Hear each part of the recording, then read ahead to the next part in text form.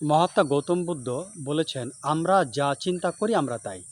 এই মুহূর্তে যদি আপনি চিন্তা করেন আপনি আজকে থেকে মহান আল্লাহ তাআলা এবং রাসূলের পথে চলবেন, আপনি ভাবছেন এই মুহূর্তে আপনি একজন সাধক।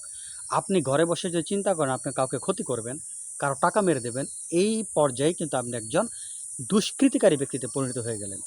অর্থাৎ আমাদের চিন্তা ভাবনাই আমাদের নিজস্ব পরিচয় বহন করে। আপনি যদি চিন্তা ভাবনা করেন আপনি মানুষের ভালো কাজ করবেন, এই মুহূর্তে আপনি একজন ভালো ব্যক্তি। আপনি যদি চিন্তা করেন কিভাবে অন্যকে ঠকানো যায়, কিভাবে দুর্নীতি করা যায়, কিভাবে খারাপ কাজ করা যায়, না করা সত্ত্বেও আপনার পরিচয় একজন খারাপ ব্যক্তি হিসেবে। আপনি যতক্ষণ নিজেকে ভালো হিসেবে ভাববেন, ভালো কাজ করার চিন্তা ভাবনা করবেন, ততক্ষণ পর্যন্ত আপনি ভালো। যদি ৫ মিনিট আপনি চিন্তা করেন আমি ভালো কাজ করব, প্ল্যান করছি, ভালোভাবে জীবনযাপন করব, আল্লাহ এবং রসুলের পথে চলব, ওই সময়টার জন্য আপনি সাধক। আবার যদি আপনি চিন্তা করেন এই ধর্ম পালন করে কি হবে, এগুলো তো কোনো টাকা পয়সা দেয় না। আপনি এই ধরনের নেগেটিভ চিন্তা ভাবনা করছেন।